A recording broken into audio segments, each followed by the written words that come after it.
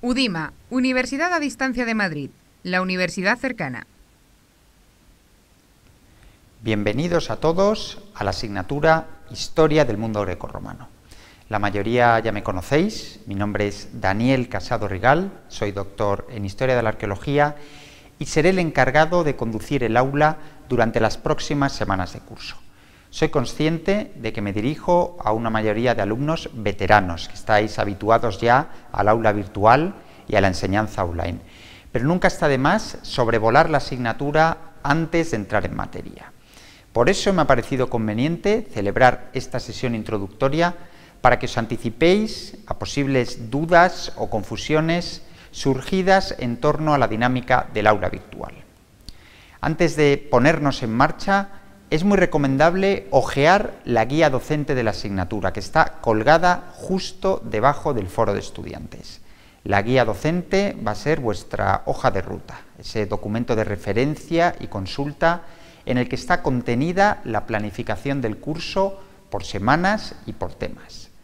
Respecto al manual de la asignatura, escrito por mí, entiendo que se trata de un manual algo saturado de nombres, de fechas, de términos latinos. Aún así, considero que tiene la suficiente claridad expositiva como para que no genere problemas de comprensión. Además, ha sido editado en formato UDIMA y cuenta con el respaldo de aparato gráfico colgado del aula. Me refiero a mapas, planos, piezas de museo, yacimientos arqueológicos. Bien, una advertencia que considero crucial. Tanto en el examen final presencial como en los controles, el alumno deberá ceñirse a las páginas del manual. Sin embargo, sí podrá darse el caso de que una actividad de evaluación continua o de aprendizaje esté inspirada o basada en contenidos ajenos al manual. Es decir, es recomendable que el alumno se centre exclusivamente en las páginas del manual cuando se trate del examen final presencial y los controles. Insisto, este es un matiz muy importante. Sobre los controles del aula virtual, la asignatura incluye 4 controles obligatorios y su realización es un imperativo para poder presentarse al examen final presencial. Y es que todo estudiante ha de cumplir unos requisitos mínimos para poder presentarse a este examen. Tiene que tener los 4 controles del aula hechos y tener al menos 2 de las actividades de aprendizaje y 2 de las actividades de evaluación continua también aprobadas. Aún así, es muy recomendable entregar todas las actividades del aula, porque recordar que una actividad no entregada será considerado un 0 a la hora de obtener la calificación global del curso. En términos técnicos, recordar que cada uno de los controles dispone de 2 intentos para ser realizado y una vez completados los 2 intentos, el sistema de calificación va a tener en cuenta la mejor de esas 2 notas, algo que además os ayudará a recorrer las páginas del manual a modo de estudio y de repaso. Es posible que encontréis algo dificultosas las preguntas incluidas en los controles. Es lógico. Dado que los controles se hacen con el manual en la mano, se requiere cierta exigencia para obligaros a mirar a fondo el manual de la asignatura. Generalmente, eso sí, las preguntas planteadas al final del curso, en el examen final presencial, suelen ser más asequibles, más globales. Capítulo aparte es el de las actividades planteadas en el aula que aparecen recogidas en la guía docente. El aula incluye 2 categorías de actividades, las de aprendizaje, que tienen un peso del 10% en la nota global, y las de evaluación continua, que tienen un peso del 20% en la nota global del curso. Una advertencia: he detectado que, por ejemplo, en la entrega del informe planteado en el aula sobre colonización griega, suelen surgir dudas sobre el formato y la forma de envío. Pues bien, lo ideal es que mandéis un PDF o bien un documento formato .doc. Por favor, no enviéis como borrador, sino como envío, como entrega definitivo, para que el profesor tenga claro que el alumno ya lo considera enviado definitivo. El citado informe debe contener el formato universal de lo que sería un artículo científico. Me refiero a introducción, desarrollo, conclusiones y bibliografía. Las 3 primeras, es decir, introducción, desarrollo y conclusiones, no hace falta que lleven un epígrafe explícito, pero el profesor tiene que detectar en el informe entregado que el alumno primero introduce el tema, luego lo desarrolla y luego emite unas conclusiones o unas valoraciones en las que recoge la síntesis crítica de lo que ha desarrollado previamente. La bibliografía, en cambio, sí debe ser un apartado diferenciado. Es importante que aprendáis a citar con el sistema que queráis, me da igual el APA, el Harvard, el que queráis. No es imprescindible que utilicéis notas a pie de página, pero sí es básico que recojáis las fuentes de las que os habéis nutrido para hacer el trabajo, y si desarrolláis en el trabajo alguna idea recogida por un autor, debéis matizarlo. Otra de las actividades incrustadas en el aula lleva por título Conceptos griegos, y su resolución es tan simple como atribuir a cada concepto su definición correcta. La gran mayoría de términos está contenida en el manual de la asignatura, lo que os va a ayudar a tener una intensa toma de contacto con las unidades didácticas de la parte correspondiente a Grecia. Se trata de una actividad de las denominadas autocorregibles, es decir, no tenéis que redactar.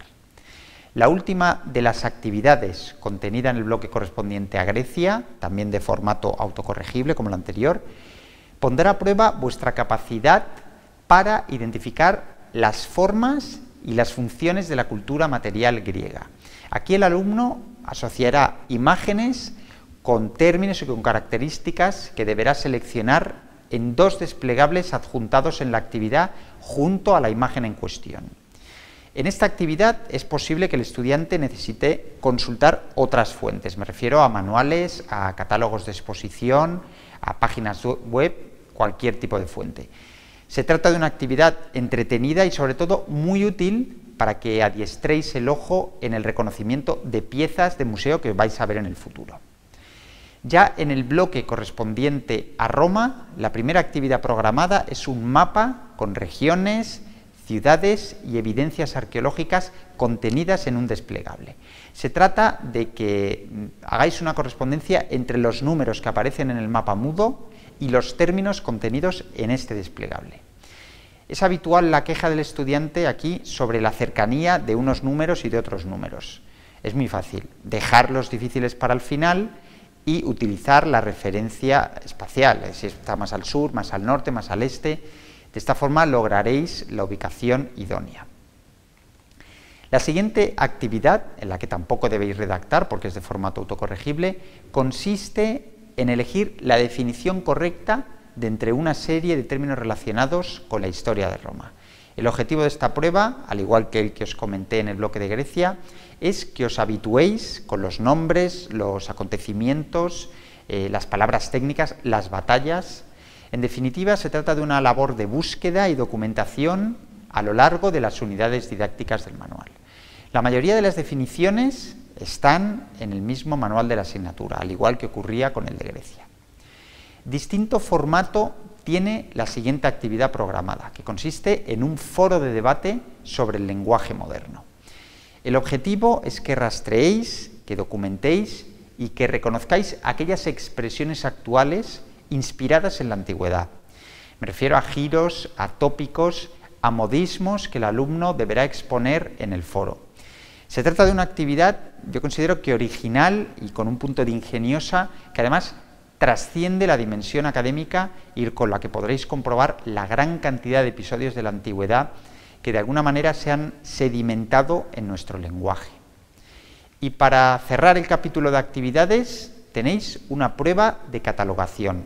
Aquí el sistema os servirá 4 imágenes, que pueden ser planos de ciudades, yacimientos arqueológicos, monedas, piezas de museo, cerámicas.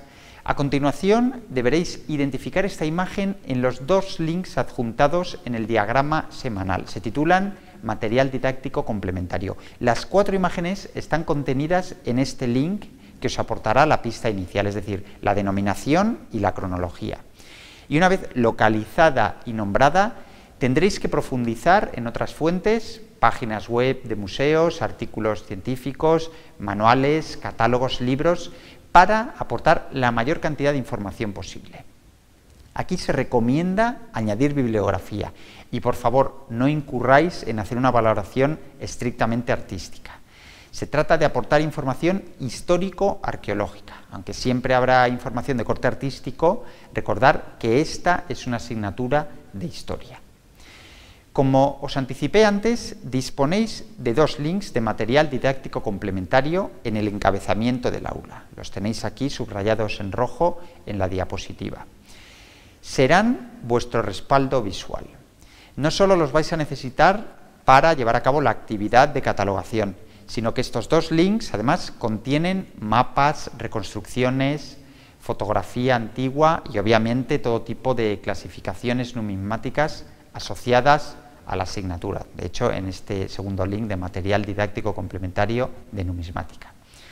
Y poco más. Yo creo que con estas pautas generales podéis afrontar el curso con solvencia y con la garantía necesaria. Cualquier duda, tenéis la opción de contactarme en horario de tutorías o de mandarme un correo electrónico o bien de elevar cualquier duda, cualquier consulta al foro de la asignatura. Mucha suerte a todos y hasta pronto. Nos vamos viendo en el aula. Suerte.